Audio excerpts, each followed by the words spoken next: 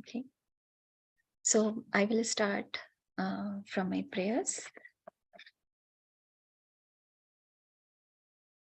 Om Agyana Timirandhasya Gyananjana Shalakya Chakshurunmilitam Yena Tasmai Shri Gurave Namah Shri Chaitanya Manobhishtam Sthapitam Yena Bhutale Swayam Rupa Kadamayam Dadati Swapadantikam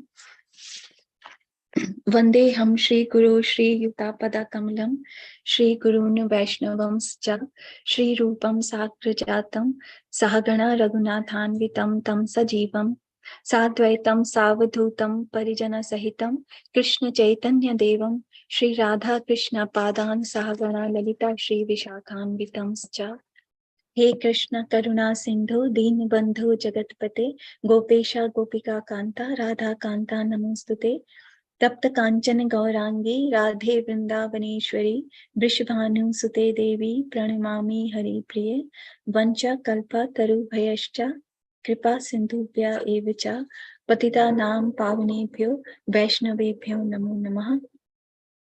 जय श्री कृष्ण चैतन्य प्रभु नित्यानंदा श्री अद्वैत गदाधर श्रीवासादि गौर भक्त वृंदा हरे Krishna Krishna Krishna Hare Hare Hare Ram Ram Ram Hare Hare. So we are reading from this from third canto, first chapter and 44th verse. So today we are doing the 44th verse. अजस्य जन्मोत्पत्तनाशनाया कर्माण्यहर्तुर्गृह्णाय पुंसां न वन्यथा को अर्हति देहयोगम् परो गुणानां कर्मतन्त्रम्. Asya, of the unborn, janma, appearance, utpatha, nashnaya, for the sake of annihilating the upstarts, karmani, works, akartu, of one who has nothing to do, grahanaya, to take up, pumsam, of all persons, nanu anyatha, otherwise, kaha, who, arhati, may deserve, deha yogam, contact of the Lord, paraha, transcendental, gunanam, of the three modes of nature, uta, what to speak of, karma tantram, the law of action and reaction. Translation by Srila Prabhupada. The appearance of the Lord is manifested for the annihilation of the upstarts. His activities are transcendental, are enacted for the understanding of all persons. Otherwise, since the Lord is transcendental to all material modes, what purpose could he serve by coming to earth? So, purport by Srila Prabhupada.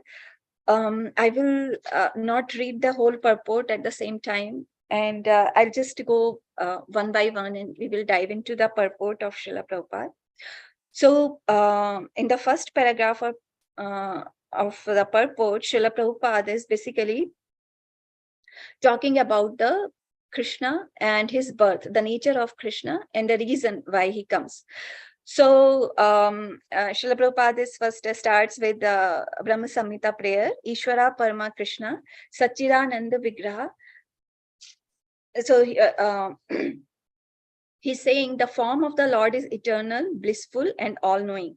His so-called birth is therefore an appearance only. So it's like, I was not able to find the exact English word. So it's like dikhava, like his so-called birth in this material world is just like a show-off, means it's not real.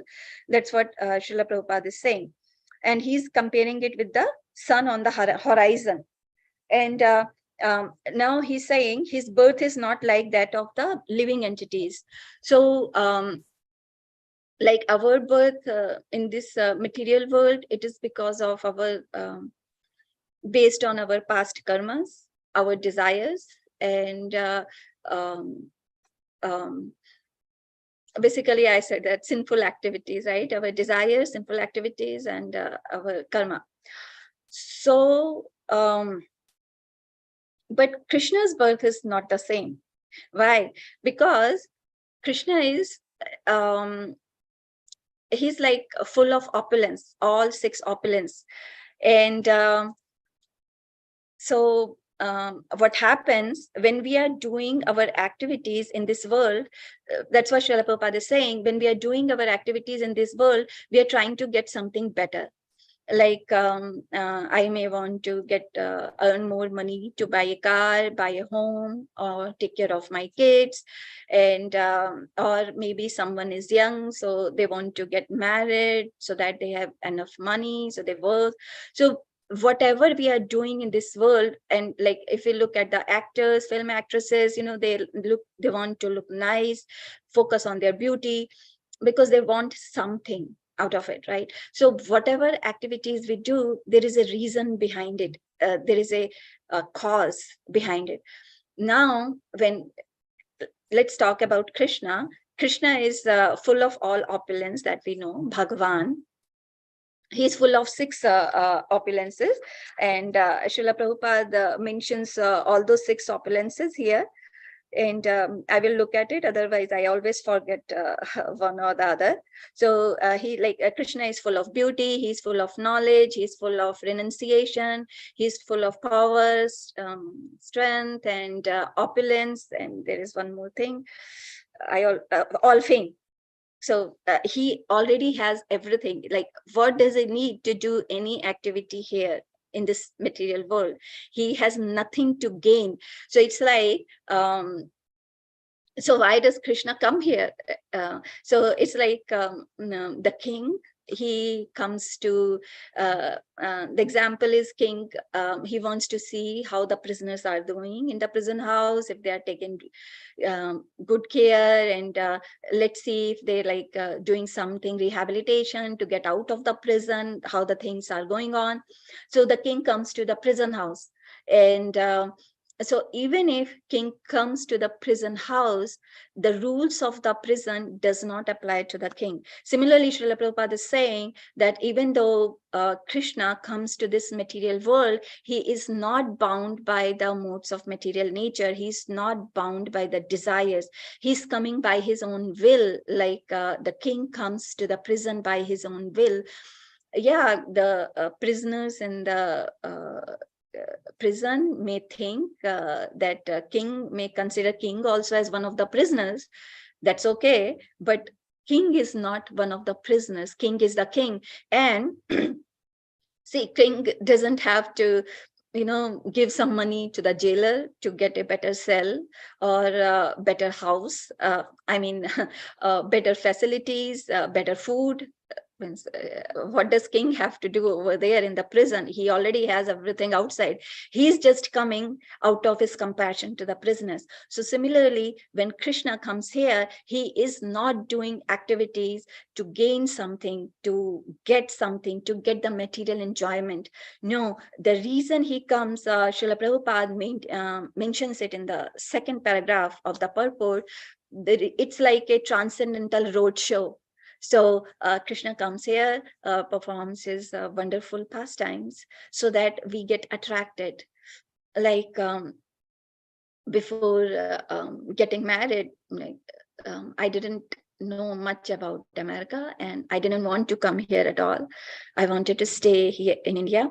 So my husband was telling me how good it is here in US, and that's how the things are, and this and that.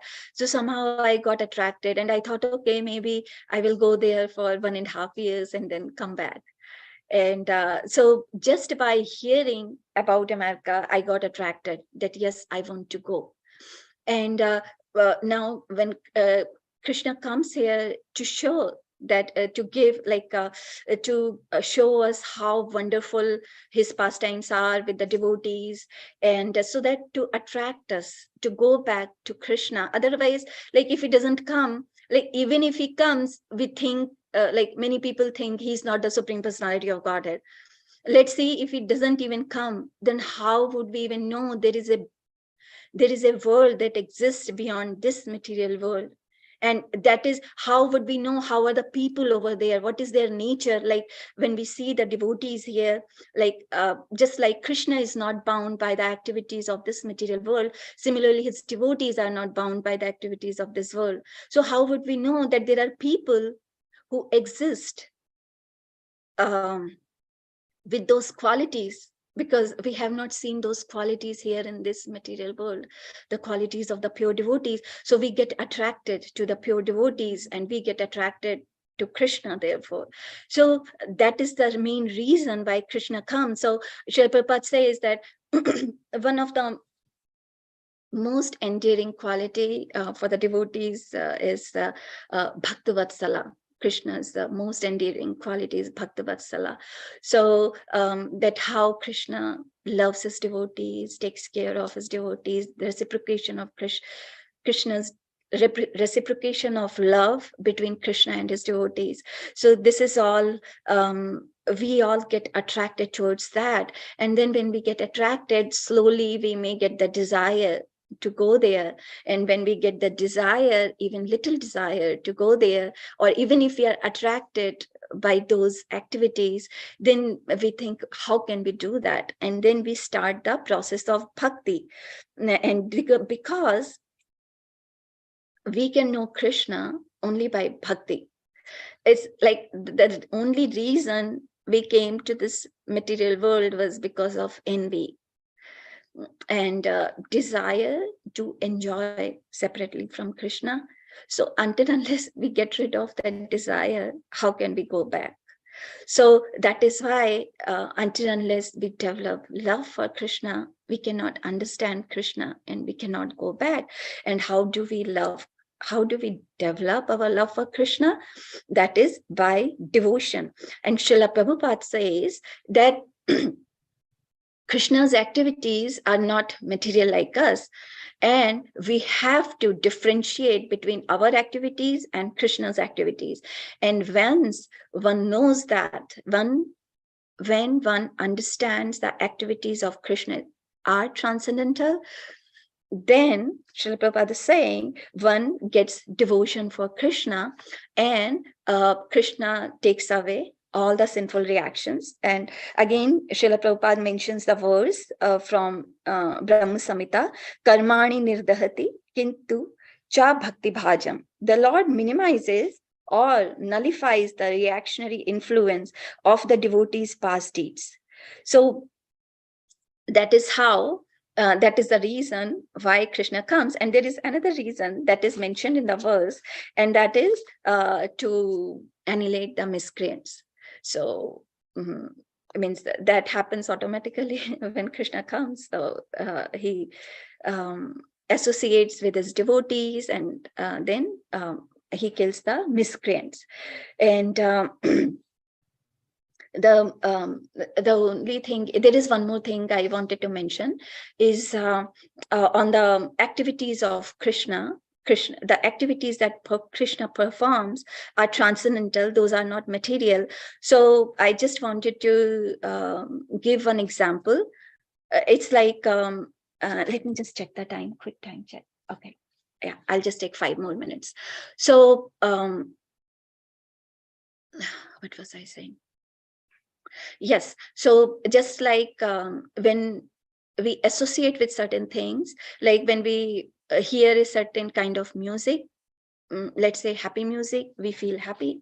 When we hear sad music, we feel sad.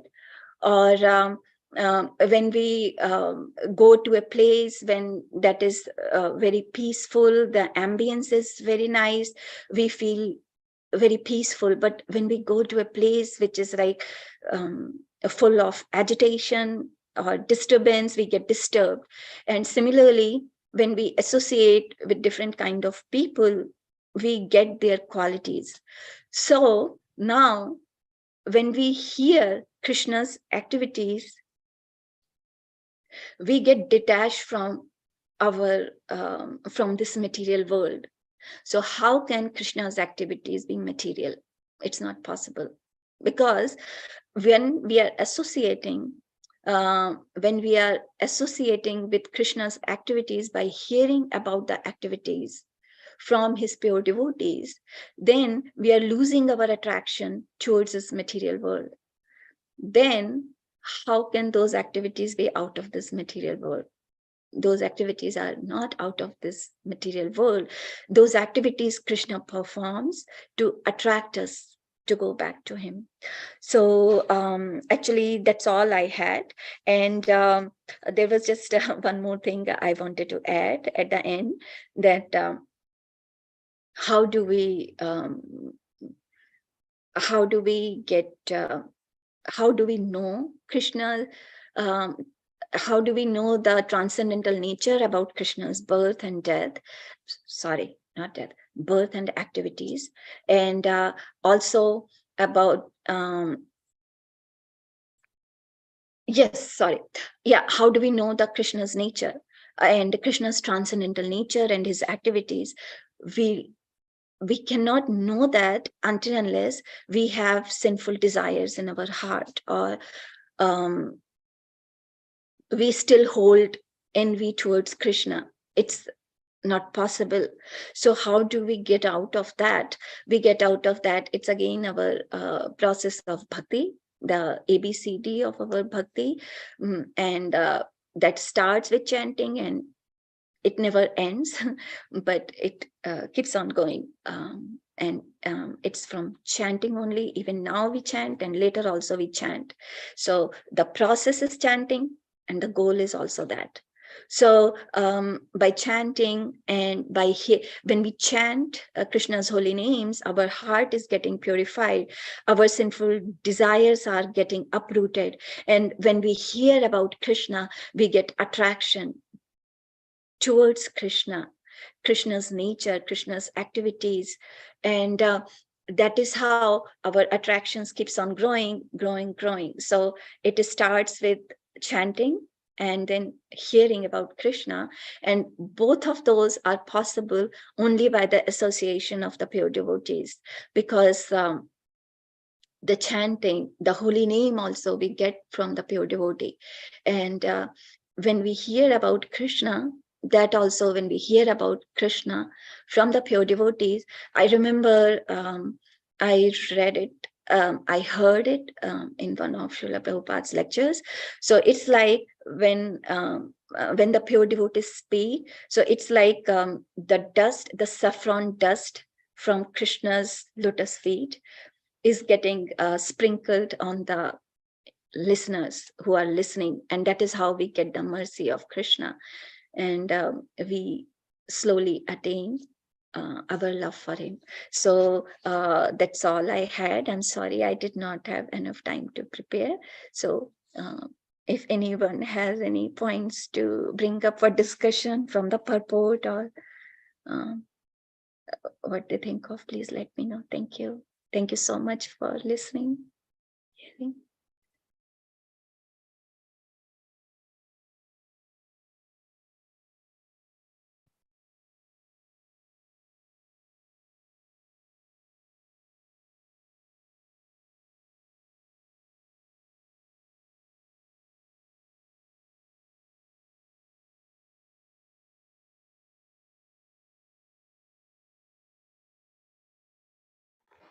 Hare Krishna, Mataji.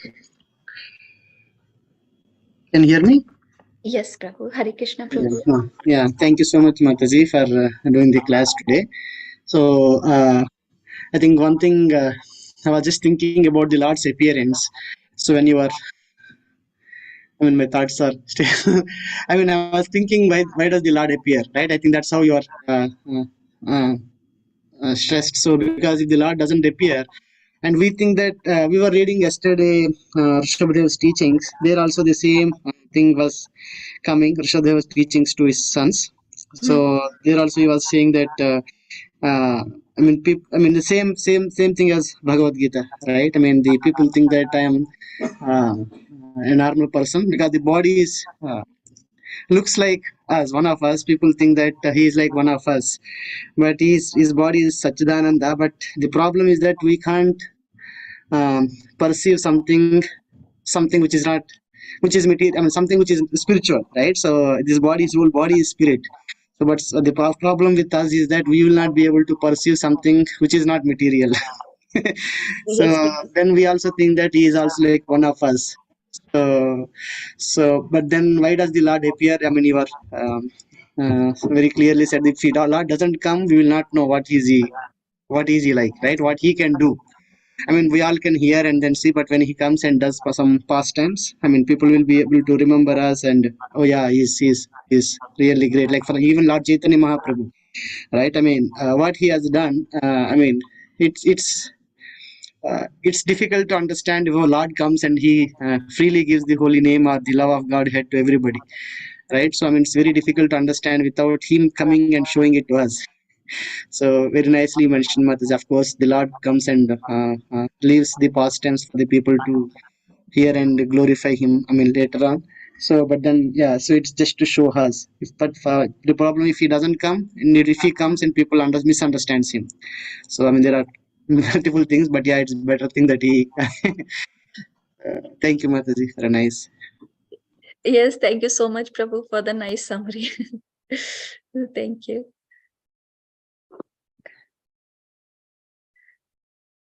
And if no other comments, Prabhu, then maybe we can conclude. I'll wait for a few more seconds. Sure, Prabhu. Anyone has any? Mathaji, please accept my humble obeisances. All the rest to Srila Prabhupada. Hare Yeah, Krishna. this point was really, you were summarizing very nicely why Krishna comes. You know, sometimes I think, okay, if we cannot understand why he has to take all the pain to come and do all that, but definitely it's actually causing the attraction, whether we understand or not. That attraction is there, so which is probably the only hope that we have in being the Kali Yuga. Yeah. And I also love the last point you brought up. I think it's from Srimad Bhagavatam 4th canto. When I heard first time, it was like just so sweet at the point that Krishna's lotus feet, the particles of, what is that called? Like, Saffron dust, Mataji? Sorry? Is it saffron dust? Yeah, saffron dust from the lotus feet enters into the pure devotees' hearts. And when they speak, those particles just come out and sprinkle onto the people who are hearing attentively. I'm like, wow. Mataji, do you remember the verse number? I do not recall the verse number. Yes, Mataji. Actually, in our Bhakti Vaibhav class, one of the devotee posted, it's 4:20:25.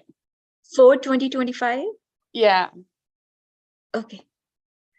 Yeah. So it was Please like, send it, Mataji, on the group, Srimad Bhagavatam speakers group. I may Yeah. forget. I don't have the Sure. pen with me. Sure, Mataji, I will share it. So, you know, I was thinking about this. Whenever we hear Srila Prabhupada's purports, I mean, if not for every single purport, but at least some purports are very deeply touching. And, you know, I wonder, like, what is it? Like, you know, what is Prabhupada doing? Yes. And sometimes it's like, you know, seemingly the same thing he repeats in all the purports. Krishna is the Supreme Personality of Godhead. We are meant to serve. We are not, you know, meant to just hang around here and make this place better. But in spite of that, each purport is like, you know, it's that they say personal letter to us Yes. from Srila Prabhupada. And when you were speaking, you know, it just dawned on me.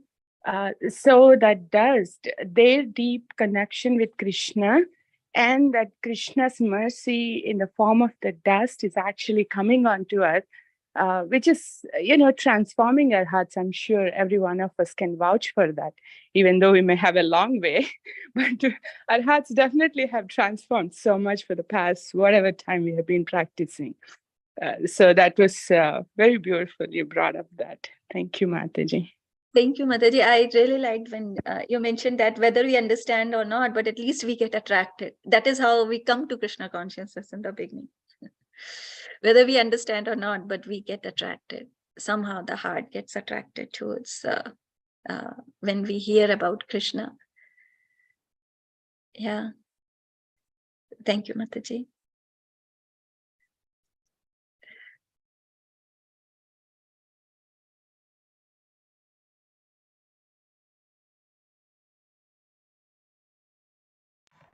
Okay, Mataji, we'll end if no more comments. Yes, Prabhuji, we can end. Thank you, everyone. Panchakalpa tarubhyascha kripa sindhubhya vicha patitanam pavnebhyo vaishnavebhyo namo namah. Ananta Koti Vaishnav Vrinda ki jai. Thank you, Natasha.